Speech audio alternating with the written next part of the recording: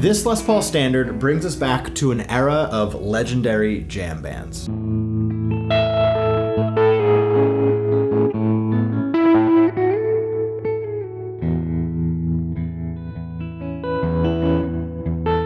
Warren Haynes is an incredible guitar player, better known for his band Government Mule, but also, of course, for being in the ranks of the many guitar players that were in the Allman Brothers Band. Now he gets another signature guitar from Gibson, and this time it's a great blend of retro and modern, so let's dive in.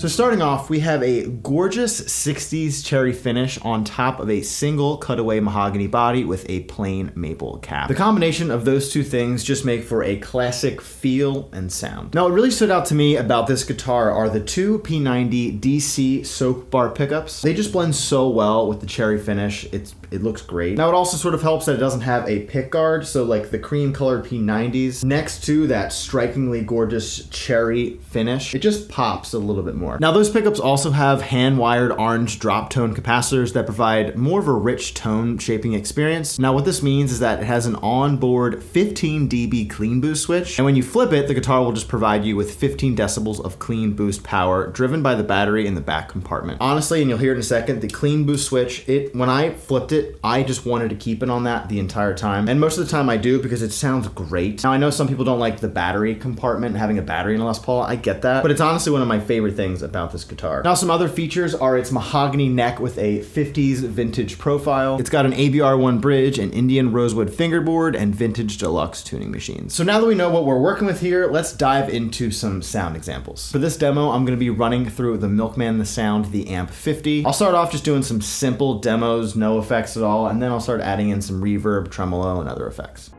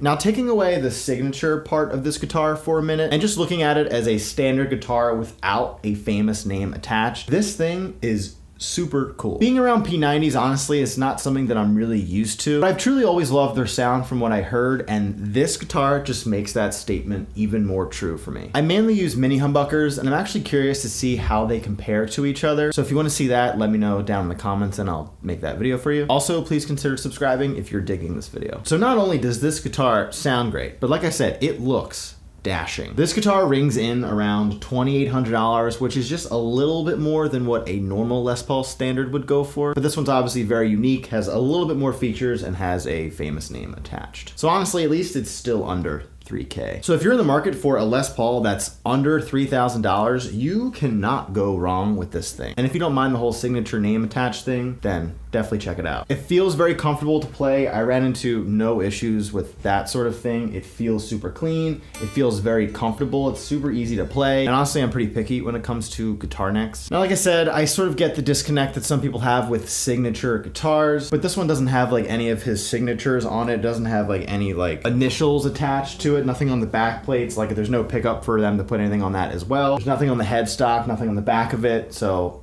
there's that. This is just a killer guitar that was inspired and created by the man himself, Warren Haynes. It's a great blend between a vintage and modern Les Paul. So if you like the blend of those two things, you like a really great feeling and sounding guitar that looks incredible, then this should definitely be on your radar. If you have any questions about it, please let me know down in the comments and I'll try and get back to you as soon as I can. And I'm gonna play you out so you can hear more of this guitar. So thanks as always for watching, and I will see you in the next video.